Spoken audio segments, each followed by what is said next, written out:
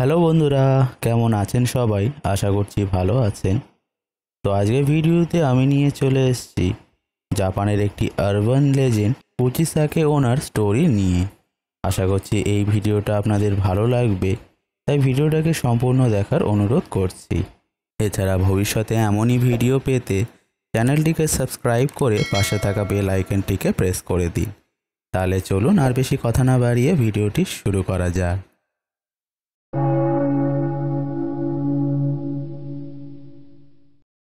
তো বন্ধুরা, ঘটনাটি আসলে 1970-এর দশকের, যখন জাপানে কিছু অদ্ভুত কেস দেখা যায়, যেখানে লোকজনের কথা অনুযায়ী যখন তারা রাতে একা ট্রাভেল করে, তখন তারা একটা মহিলাকে সার্জিক্যাল মাস্ক পরে ঘোরাফেরা করতে দেখেছে।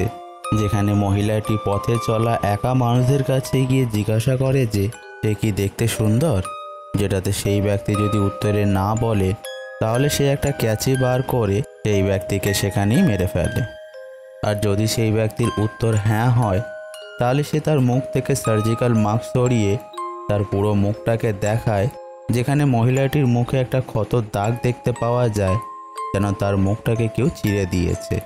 এখন সে পুনরায় সেই ব্যক্তিকে জিজ্ঞাসা করে যে এখনও কি আমি সুন্দর দেখতে লাগছি, যেটাতে সেই ব্যক্তির উত্তর যদি না হয়, তাহলে সে সেই ব্যক্তিকে মেরে ফেলে।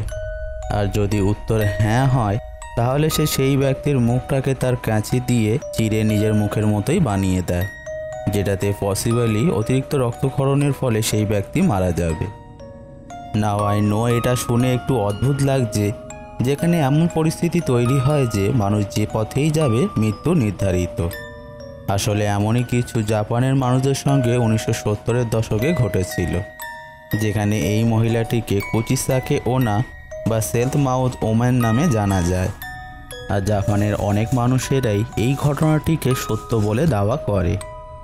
জাপানে কুচিসাকে ওনার অ্যাপিয়ারেন্স ধীরে ধীরে বাড়তে শুরু করে, যেখানে 1979-তে এই মহিলাটি ছোট ছোট বাচ্চাদেরকে তার শিকার বানাতে শুরু করে। এই ইনসিডেন্টগুলো এতটাই বেড়ে যায় যে প্যারেন্টসরা তাদের বাচ্চাদেরকে স্কুলে তো দূরের কথা, বাড়ির বাইরে যেতেও অ্যালাউ করে না।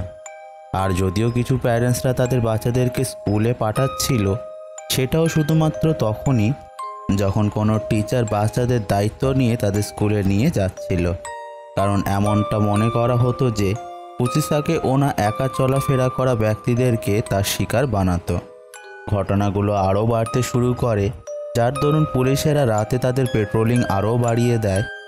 যেখানে এমনই একদিন রাতে পেট্রোলিং করার দরুন পুলিশেরা একটা মহিলাকে গাড়ি দিয়ে ধাক্কা মেরে দেয়, যে একটা বাচ্চার পিছু নিয়েছিল।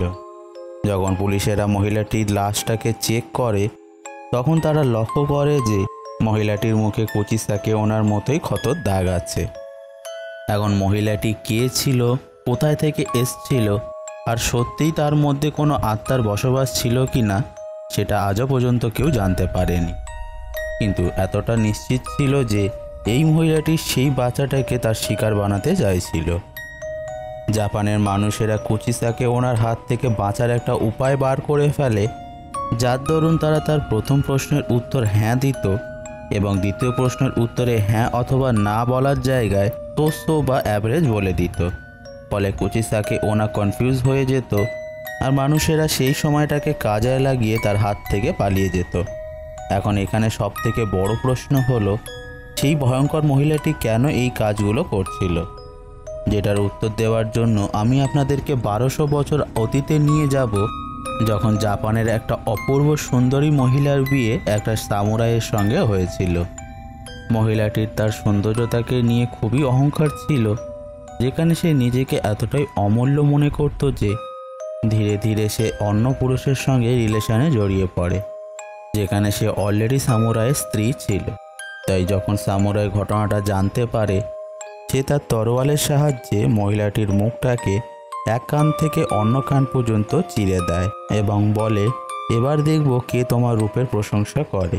যেখানে মহিলাটির অতিরিক্ত রক্তক্ষরণের ফলে সেখানেই তার মৃত্যু হয়ে যায়। ঘটনাটির পর মহিলাটি কুচিসাকে ওনার নামে স্পিরিটের রূপে পুনরায় ফিরে আসে এবং মানুষকে হন্ট করতে লাগে। এখন যেহেতু সেই সামুরাইটি বলেছিল যে এরপর থেকে কেউ তাকে সুন্দর বলবে না, তার জন্যই সে পথে চলা মানুষদেরকে জিজ্ঞাসা করতো যে সে সুন্দর দেখতে কিনা, যেটার পর সে তাদের উপর হামলা করে দিত। এরপর 1980-র দশকে কোচিসাকে ওনা হঠাৎ গায়েব হয়ে যায়, যার পর থেকে আজও পর্যন্ত তাকে আর দেখা যায়নি। যেখানে জাপানের কিছু মানুষের ধারণা অনুযায়ী যখন মানুষেরা তাকে নিয়ে কথা বলা বন্ধ করে দেয় তখন তাকে আর দেখা যায় না, আর যখন পুনরায় মানুষেরা কোচিসাকে ওনাকে নিয়ে কথা বলতে শুরু করে তখন তাকে আবারও দেখা যায়। এখন এই কথাগুলো কতটা সত্যি সেটা তো আমার জানা নেই, বাট জাপানের এই আরবান লেজেন্ডের কাহিনী খুবই ইন্টারেস্টিং। আর যখন কোনো কাহিনী খুব ইন্টারেস্টিং হয় তখন লোকেরা সেটাকে নিয়ে আলোচনা করে এবং অন্যদেরকে শেয়ারও করে। এখন আপনাদের যদি জাপানের এই আরবান লেজেন্ডের কাহিনীটা শুনে ভালো লেগে থাকে তাহলে ভিডিওটিকে অবশ্যই লাইক দিয়ে যাবেন এবং ভিডিওটাকে আপনাদের বন্ধুদের সঙ্গে শেয়ার করে তাদেরকেও কাহিনীটি জানার সুযোগ করে দিন। এছাড়া কমেন্ট করে আপনাদের মতামতটাও জানাবেন যে আপনাদের কি মনে হয়, আসলেই কি এটা কোনো সত্য ঘটনা, না এটা শুধুমাত্র লোকমুখে বানানো কোনো গল্প। আপনাদের মতামতটা কমেন্ট বক্সে জানাতে অবশ্যই ভুলবেন না। এছাড়া ভবিষ্যতে এমনই ভিডিও পেতে চ্যানেলটিকে সাবস্ক্রাইব করে পাশে থাকা বেল আইকনটিকে প্রেস করে দিন, তাহলে আমি আসবো আবারও এমন কিছু ইন্টারেস্টিং ভিডিও নিয়ে। Till then keep watching.